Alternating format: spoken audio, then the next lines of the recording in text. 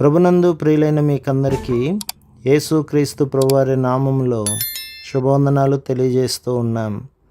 ఎడారిలో సెలయేలు అనే ఈ దిన ధ్యానము కొరకై స్వాగతం. జూలై 3. దున్నువాడు విత్తుటకు నిత్యము తన పొలము దున్నునా.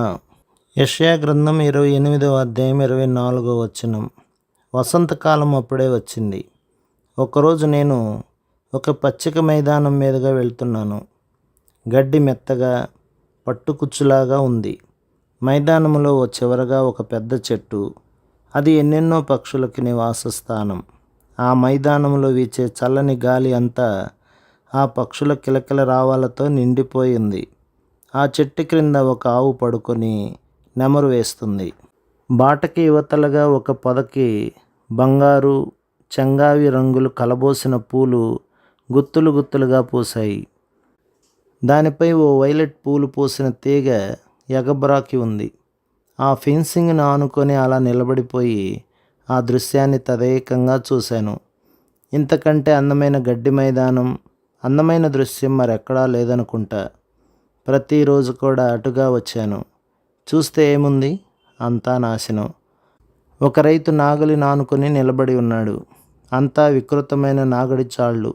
మెత్తటి పచ్చిగడ్డి స్థానంలో బయటికి వచ్చి నగ్నంగా కనిపించే ముదురు గోధుమ వన్నె మట్టి. పక్షుల పాటలకి బదులు అక్కడక్కడ కొన్ని కోళ్ళు పురుగుల కోసం నేలని మట్టగిస్తున్నాయి. ఆ పూల పొద, వైలెట్ పూలు పూసిన లతలు ఏమైపోయాయో. చాలా బాధపడ్డాను. ఇంత అందమైన దృశ్యాన్ని పాడు చేయడానికి ఆ రైతుకు మనసెలా ఒప్పింది?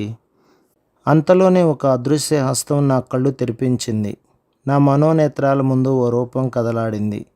పంట పండి కోతకు సిద్ధంగా ఉన్న గోధుమ పొలాలు సూర్యుని బంగారు కిరణాల్లో మెరిసిపోతూ భారంగా ఊగుతున్న గోధుమ కంకులు, ఆ బంగారు కంకుల మధ్య నేల నిన్నటి కంటే వింత అందాలను సంతరించుకుంది.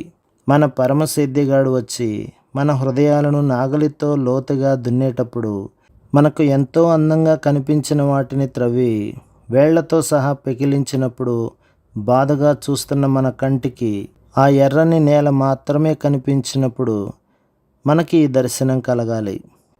పుష్కలంగా పండి కోతకు సిద్ధంగా ఉన్న పొలాన్ని మన ఆత్మనేత్రాలతో చూడాలి. దేవుడు నా ఆత్మను దున్నుతుంటే నేనెందుకు పెనుగులాడాలి? సగం పని చేసి వదిలేసే సోమరి రైతు కాదే నా దేవుడు. పంట పండించడం కోసమే ఆయన ఇది చేస్తున్నాడు. ప్రభు మిమ్మును, మీ కుటుంబమును, మీ సంఘమును దీవించి ఆశీర్వదించునుగాక. ఆమేన్.